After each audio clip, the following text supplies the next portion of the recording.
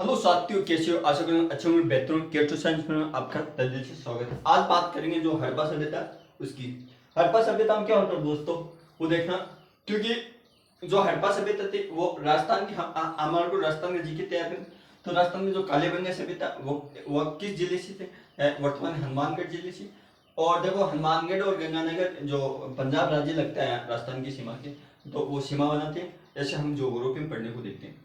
तो बंगा का शब्द होता है पंजाबी भाषा में चूड़ियां। तो काले रंग की चूड़ियां, तो इसका नाम ही रख दिया सभ्यता का, काले रंग की चूड़ियां। इस सभ्यता में जैसे वर्तमान नदी देखेंगे वो थी गगन नदी थी। अब पहले की जो नदी थी सरस्वती और दमयंती नदी के पास में का क्षेत्र था, तो वर्तमान में इसको गगन नदी बोलते हैं। देखो, पहले इसने 1952 में आनंद घोष ने खोज की।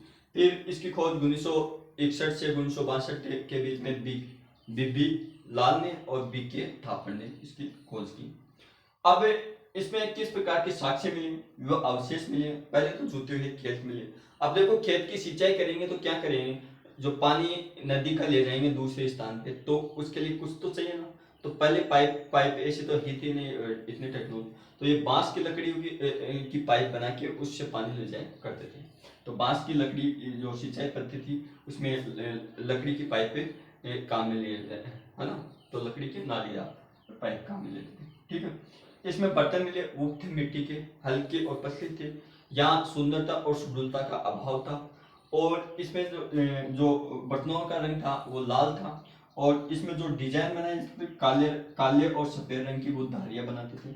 जैसे हम देखते हैं पहले ऐसे ऐसे बना के फिर ये सफेद से जो गोगा जी बनाते थे, ऐसे धारे रेखाएं बनाते थे। फिर या क्या हुआ इस सभ्यता में, जैसे यहाँ लोग विकसित हुए, तो ये जो इसे सभ्यता का जो कालीबंगा सभ्यता है, इसको 5 स्तर पे खोजा गया। तो पहला पहला और दूसरा पराग हड़प्पा में आएगा, और तीसरा चौथा हड़प्पा सभ्यता में आता है। इसमें जो देखो, खेती करेंगे तो विश्वास रखते थे देवताओं में, तो ये हवन कुंड भी करवाते थे, यानी कर्म कांड का सिस्टम भी था इनका। और देखो, व्यक्ति मकान बनाएगा तो पत्थर या ईंटों से किसी से तो बनाएगा। तो इस सभ्यता में जो धूप में पकी हुई ईंटों का प्रयोग किया गया था। क्योंकि नदी के किनारे जो मिट्टी होती है, चिकनी मिट्टी, उससे ये ईंट बना लेते थे। तो इस प्रकार से इनमें जुते हुए खेतों के साक्ष्य मिलते हैं। और ऐसा अनुमान लगाया जाता है कि ये एक साथ में 2 फसल तैयार करते थे। और जो इनके बच्चे थे उनको मिट्टी के खिलौने, बैलगाड़ी उनको भी मिली वहां से। और या समाधान की पत्ती थी, यानी कब्रिस्तान में जो फाइल सर्जरी थी समाधान की पत्ती। ये हड़प्पा सभ्यता वाले पुनर्जीवन में विश्वास नहीं करते थे। और ये क्या, एक एक अलग अलग समाज की अलग अलग पत्ती थी, इसीलिए समाधान की पत्ती थी।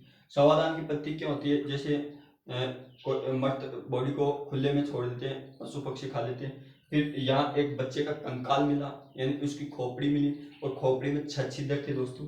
6 छिद्रों के कारण ऐसा अनुमान लगाया जाता है कि इनको मस्तिष्क की चिकित्सा पद्धति का ज्ञान था और उपचार का अनुभव था, इसलिए उसमें छिद्रों के माध्यम से ऐसा प्रतीक होता है।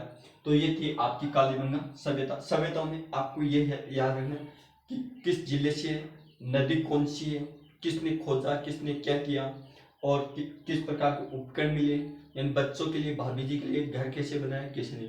ऐसे आपको ध्यान में रखना है।